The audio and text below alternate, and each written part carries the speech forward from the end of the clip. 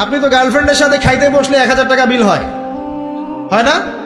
আর খাওয়ার সময় তো তারা আপনাকে খসানোর জন্যই খেতে বসে, আর আপনাকে খসানোর আগে আরো 2টাকে খসা এসে আসছে, ওই খবর তো আপনি জানেন না। যখন জানবেন তখন ব্রেকআপ হয়ে যাবে।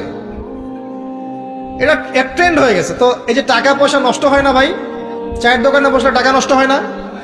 বসলে 100 টাকা যায়, টাকার কোনো দাম আছে এখন? 500 টাকার কোনো মূল্য আছে? 1000 টাকা দিয়ে কিছু হয় এখন? তো টাকার কিন্তু কোনো মূল্য নাই, কমতেছে, আরো দিন যাবে না আরো কমবে।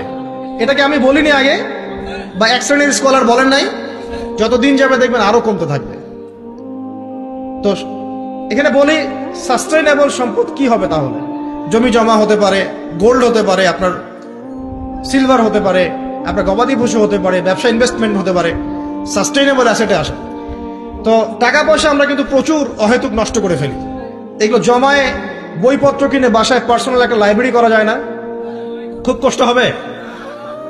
এটা আল্লাহর জন্য যদি করি, আল্লাহ পাক রিজিকে বরকত দিবেন না? রিজিক কি আমার হাতে না আল্লাহর হাতে? আপনার রিজিক যতটুকু আছে, এটার একটা দানা না খেয়ে কি আপনি মরবেন? তাহলে আপনি যদি দিনের জন্য খরচ করেন, তাহলে কি আল্লাহ আপনার রিজিক কমাই দিবে নাকি আরো বাড়াই দিবে? আমাদের সবাইকে আল্লাহ পাক দিনের জন্য খরচ করার তৌফিক দান করুন।